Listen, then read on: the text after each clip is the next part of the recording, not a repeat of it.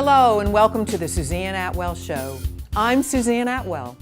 Our focus for this show, the role not-for-profit foundations play in Sarasota County.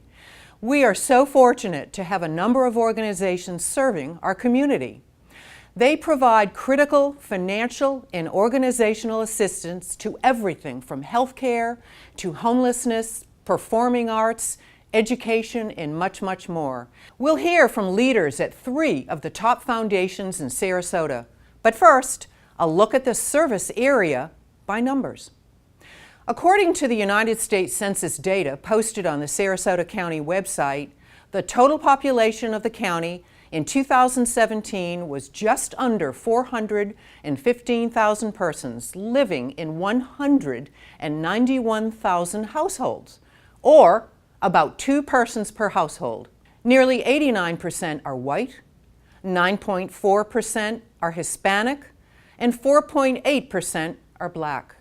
We are a very senior population, over 1/3 65 or older, and it's expected to increase to 40% in the next 20 years as boomers move in and grow older. While we are blessed with some very wealthy retired residents at the top of the economic pyramid, the story for the working class is not so great. 47% of the population earns less than $50,000 a year. And of the top 10 fastest growing occupations, all but one of them pay less than $30,000 a year. And compare that to average housing costs, rentals, and home ownership, and the economic future for millennials in Sarasota is bleak. While our high-end housing economy is booming, social welfare and public health issues are putting unprecedented pressure on local municipalities. The opioid crisis, homelessness, women's health, school safety, affordable housing. On the positive side, we are consistently rated one of the best places in America to retire. And why? Number 1, location, location, location. The weather, the Gulf, the Bay, and the beaches. A vibrant and growing classical performing arts center, world-renowned Ringling Museum, artists and designer galleries, a seemingly never-ending number of fantastic restaurant openings of top-drawer, very creative spots, all cuisines. It's unbelievable. We do love living here. And so, with that background in mind, we turn to the topic at hand, our community stewards. We begin with a group of some of my favorite people, Gulf Coast Community Foundation. Welcome, Mark. Thank you, Good to Susan. have you. Thank you. I want to start our interview by talking about what is, not in a simple sentence, but broadly, the mission of the Gulf Coast Community Foundation. Our mission at Gulf Coast Community Foundation is, together with our donors, we transform our region through bold and proactive philanthropy. So if I was going to distill that in a briefer description, I would say we're involved in a variety of issues in our region, and we take bold, adventurous steps to make positive change and help people pay forward at the same time. So how long have you been up and running? Oh gosh, Gulf Coast Community Foundation in 2 years will celebrate its 25th anniversary. Oh, wonderful. 25th. So you're one of the long-running foundations. Yeah, it's exciting. So we'll be having a special surprise for the community, and starting in 2019. Fabulous. So I look forward to that. What is your needs assessment process? In other words, how does it work? When do you conduct an assessment, and who participates? I would say the best way that we can ascertain what's going on in the region and how we know where to set our priorities is through something we call a regional scan. And it's composed of really 2 primary things. The first thing is we take a lot of data. We get data on health and human services issues. We find out employment issues, income issues, and then we study the data and really distill it down into trends over time. Are we trending up in that area, or are we trending down in that area? And then we take that data and we interview 30 to 40 community leaders, and we say, you know, this is the data we're seeing out there. Are you seeing the same thing? Tell me some stories about what you're seeing. And then we put those 2 together and we go to our board and we say, These are the major funding areas that we think we need to focus on for the next 2 years, and we do this every 2 years. So how would you tell the people that are coming forth how to be better prepared? We really have an open door at Gulf Coast Community Foundation. We think everybody can be a philanthropist.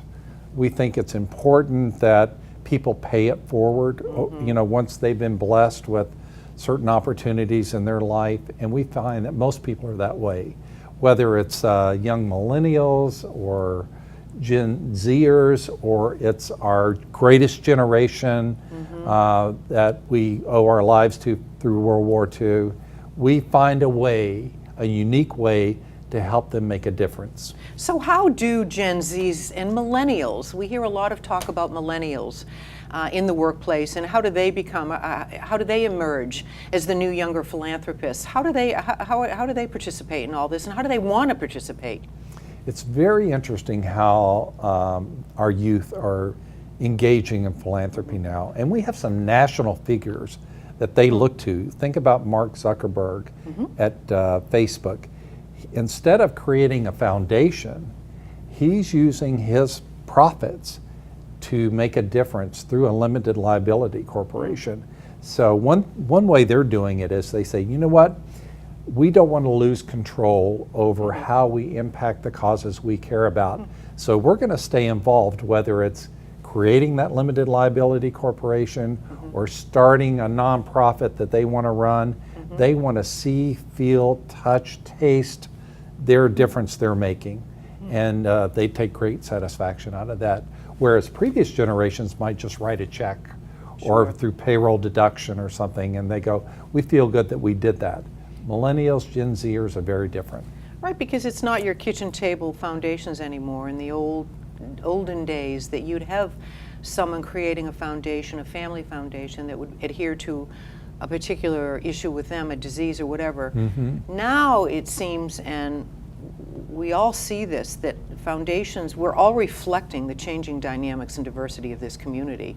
And it involves different processes on how you do that, how many people can get involved. You've got the Giving Challenge that's made everybody in our community that cannot afford to perhaps go to a large fundraiser, a philanthropist. Absolutely. And that's one way you can give back.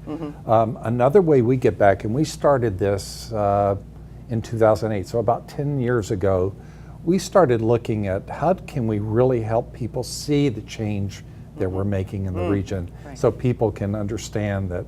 So instead of just writing checks to nonprofits, we started convening nonprofits together, similar nonprofits that had similar interest in a certain cause. So let's take homelessness, for instance.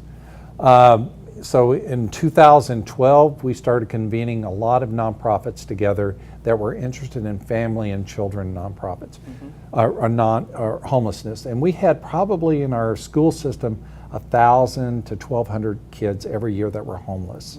Imagine that, 1,000 to 1,200. And all these nonprofits were doing wonderful things individually, but they kept seeing the same numbers, and we had people falling through the safety net that they were trying to build. So we brought everybody together and we said, let's redefine the problem, let's redefine the solution so people won't fall through the cracks, and then let's work with government and individual donors and build a system where we can say, if you're homeless, a family member in our region, if you're a child in a school, we've got a safety net for you, and we'll take you into that safety net and make sure that your family get either shelter, food, clothing, job training, whatever you need. And to that point, speaking of partnerships, what are some of the other initiatives that you engage in partnerships in this vast community of organizations?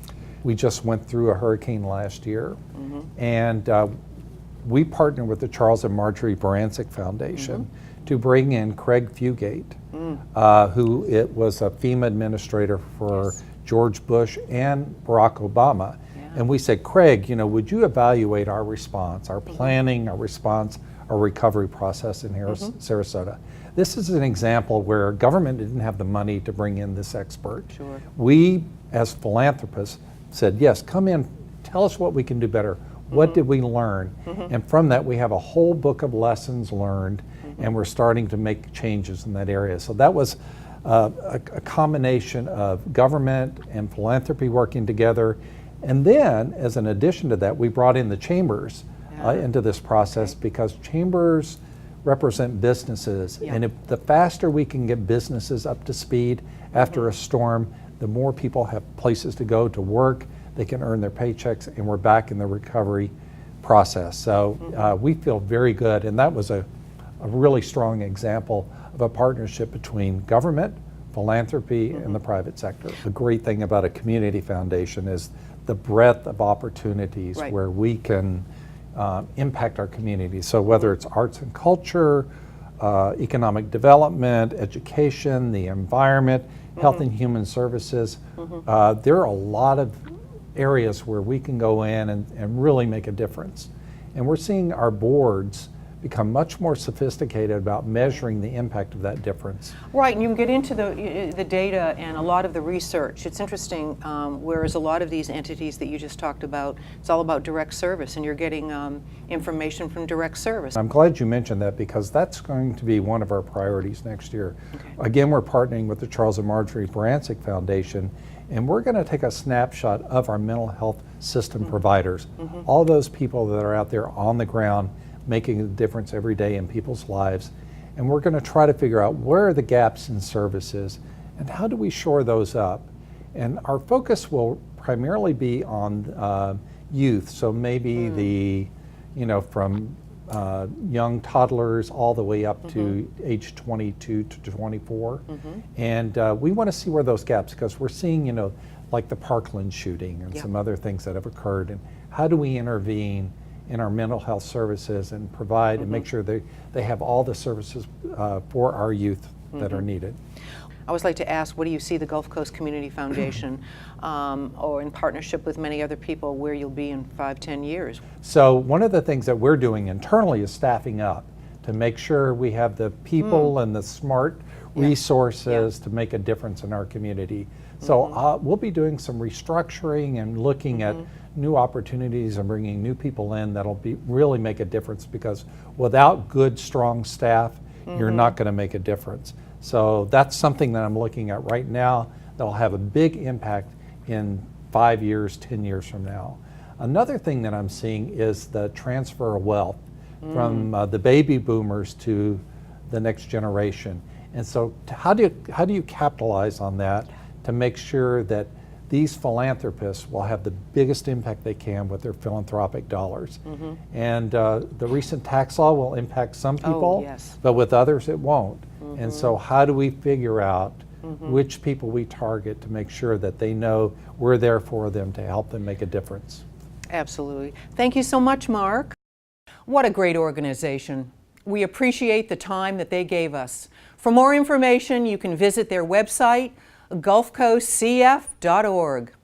Next, a name synonymous with philanthropy, Patterson, a patriotic legacy of service. The milestones on the website tell us a story of American history, journalism, service to country, and a love story about helping others. A U.S. Army captain and gal named Dorothy Patterson. The Pattersons descended from Joseph Medill, who owned the Chicago Tribune. He was a mayor in the wake of the Great Fire. Jim Patterson's father, Joseph Medill Patterson, created the Daily News in New York, and the family owned the first radio and television licenses in Chicago and New York. In 1944, Jim Patterson graduates from West Point and marries his high school sweetheart, Dorothy Clark. They retired to Longboat Key in 1979, and following their passing, the Patterson Foundation was formed, and in 2008 they named Deborah Jacobs president and CEO, with whom we recently had the pleasure to talk. Deborah, thank you for joining us today. Could you talk a little bit about what is the mission of the Patterson Foundation? Well, actually, the Patterson Foundation is a fully endowed charitable foundation in that we are fortunate because Mrs. Patterson left a legacy to create the Patterson Foundation. So rather than raising money, we actually invest our resources to make the world a better place. The The Patterson Foundation is located in Sarasota, Florida. We focus on the 4-county region, but we also work with national and global partners. We try to learn from the very best, bring it locally, do it well, and actually inform our national partners. But to your question about what our mission is to strengthen people, organizations, and communities. And that's a very broad definition because the way we work is through initiatives that we have selected and figured out that it matches our values. What are some of the initiatives that you have selected? You talk about partnerships. Well, back up a moment before. What are some of your wide-ranging partnerships? You say you go beyond the city and county of Sarasota. So let me give you an example of the National Campaign for Grade Level Reading. There are over 330 communities engaged in getting children successful by 3rd grade in reading. And why that's important, you read to learn from birth to 3rd grade. 4th grade, you read to learn. Okay, so you learn and then you read. 4th grade is when dropouts start. And so it's a complex with many ways to address it. There's no single program, no single agency, no single policy.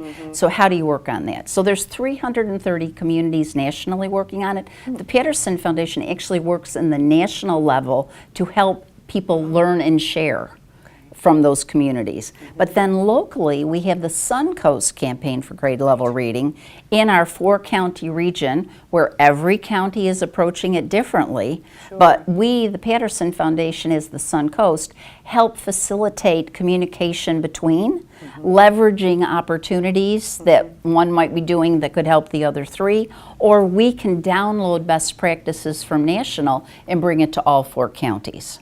So the the Patterson Foundation, almost like an umbrella Well, organization? we will invest in national networks where we can take advantage of it to bring it locally. So another example is Age Friendly. Okay, the World Health Organization initiated Age Friendly, then AARP took it on for the country, and so Sarasota was the very first age-friendly community, and get ready for this date, 2015.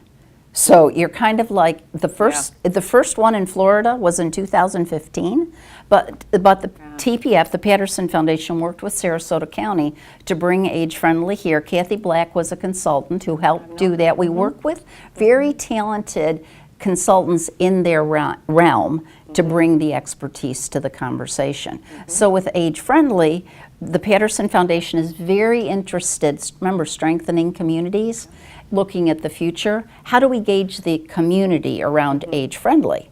But then we share up through AARP into the world some of the things we're doing locally, but we download what works other places. Wonderful. What are some of the other initiatives that you're working on right now? Well, and I'm going to go back to the Patterson Foundation. Was we were funded in 1997. It's a very small foundation while Dorothy Patterson was alive. For 10 years, she did kitchen table philanthropy. She put $3 million in the foundation and funded things she cared about. During that 10 years, she never changed her estate or her trust. So she gave us this wide range of do good and do it well. She gave us opportunity, flexibility, and most importantly, responsibility to make a difference. So we took a year to discern our values and figure out what to do. Everybody thought they knew just what we were going to do. Everybody was waiting for the ATM to open so that they could get a grant. And we said, no. Our region has wonderful community foundations who work with communities. We've got other family foundations and private foundations. How can we be distinct and unique for that impact? So we chose 9 legacy initiatives at that time. Why did we choose 9 legacy initiatives? 1, to honor where the money came from and the founder, but also there used to be 9 planets in the solar system. And when you think, so we think about the Patterson Foundation kind of as a solar system, but each of those 9 were a different orbit, different size, different atmosphere. They were as different as diabetes to military. Sure. And so I'm going to use one example of a public-private partnership, which is not an easy thing to do, but military. It's based on the family heritage, and I know we don't have time to share, but people can go to the website to learn more about that. But we raised our hand to the National Cemetery Administration and said, gosh, we want to do something in military. You're just groundbreaking a cemetery. What are you doing for shade and seats out there? And they said, well, it's really not in the budget because government funds good, but foundations can do imaginative excellence. So we worked, think of it, this new agile foundation working with the VA National Cemetery Administration. We're first ever kind of partnership. But both of us had the alignment to do it, and the Patterson Foundation designed, built, donated, and endowed the permanent replacement maintenance of an 1,800 seat amphitheater that is open dawn to dusk for anyone and everyone to honor veterans, inspire patriotism, and embrace freedom. It's a beautiful place. I was there on Memorial Day. It is absolutely stunning. You're in a different mood when you go over there. Where we are taking advantage of, we're a cultural community. We did a national call to artists because we thought art was very important. Also, there's legacy trails with why photography is important. Just one example, we called through with the national call to artists, 4,000 photographs from the Civil War up through Afghanistan to come up with 61 photos that are embedded in marble in glass permanently. It's an outdoor museum for our region.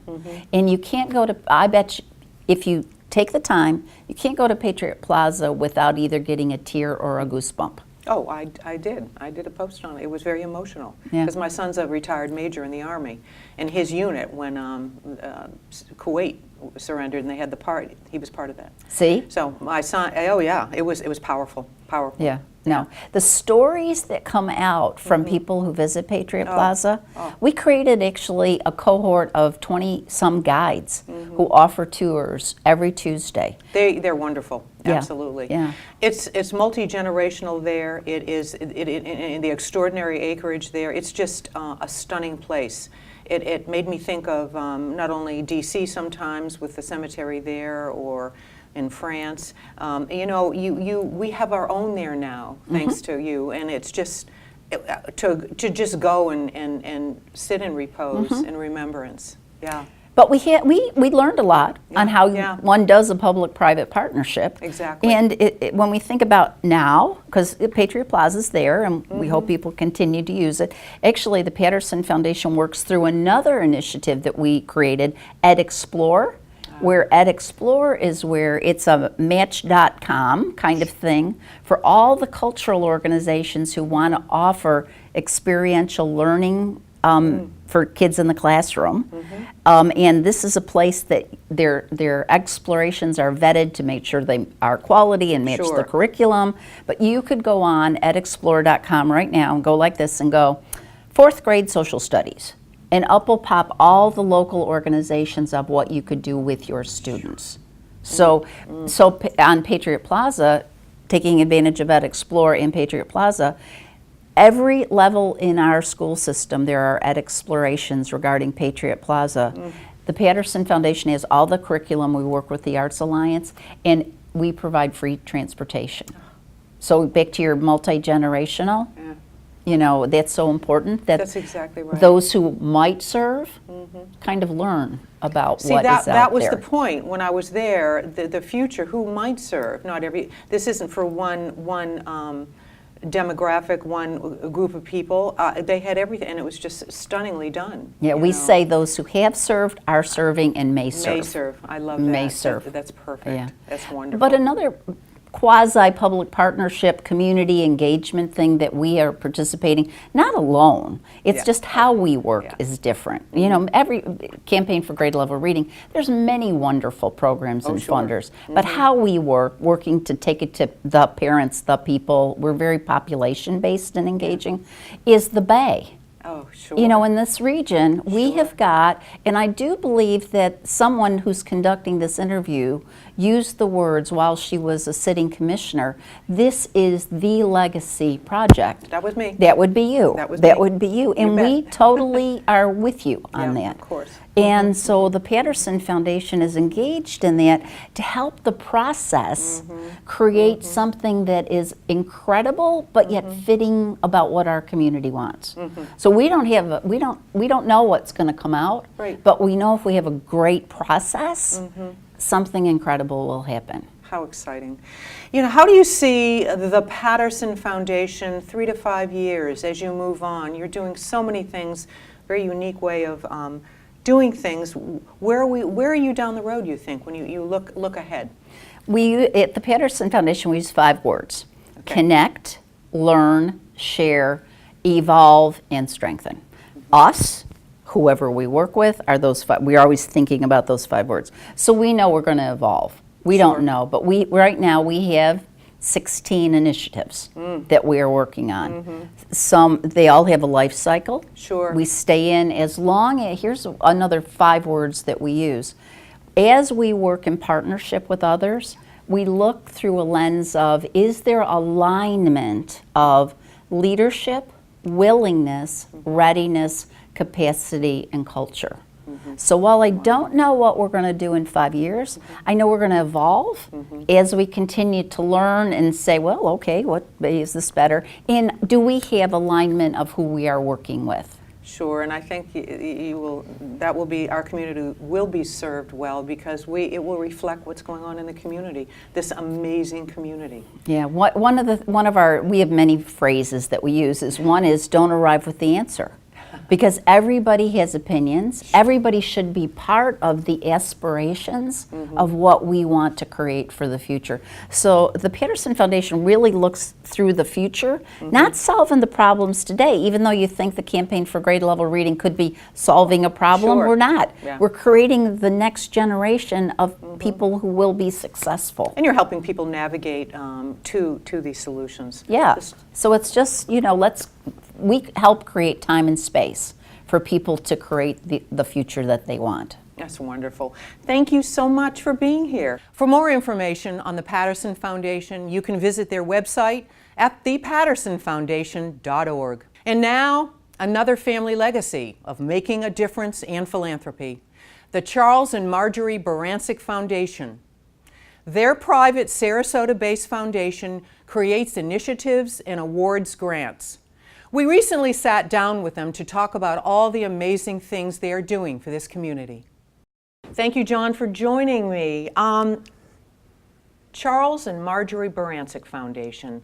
Tell me a little bit about the mission, and I might add, you are one of the newest foundations that's come into our city. The mission, I think the best way to describe it is to have a positive impact in Sarasota County. Sure. And in the short time I've been here, I can already see the amazing work that's been done and what the future looks like. And what's your purview? You say Sarasota County, but is there a larger purview? I think most of their philanthropy is focused on Sarasota. Sarasota County. They have funded things in other areas, but our primary goal is to really have an impact in Sarasota. Sure. And what is your needs assessment process? What do people have to go through? How does it work? How do you conduct it? And who is considered?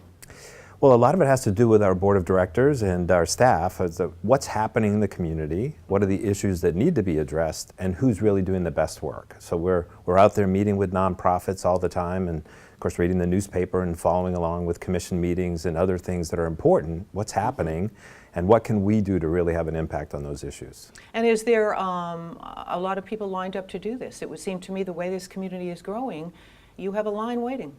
We do. So we don't take unsolicited proposals.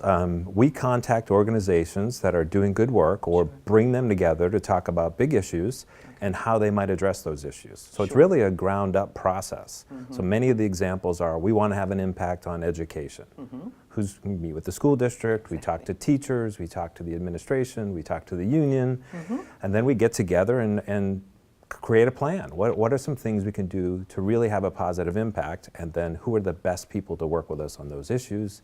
Then we reach out to those organizations and the process to request funding actually starts. But in many cases it's not about the funding, it's about linking organizations that are doing good work together and how can we help them really elevate that work. Oh, that's wonderful. So I guess that brings me to the strategic partnerships.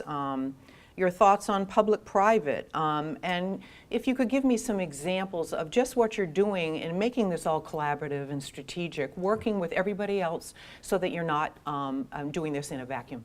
Yeah, that's a wonderful question. So when I think of partnerships, regardless whether it's public or private, huge difference between a partnership and a vendor relationship. Right? You hire a vendor. I want you to fix something for me, I hire you, you do the work.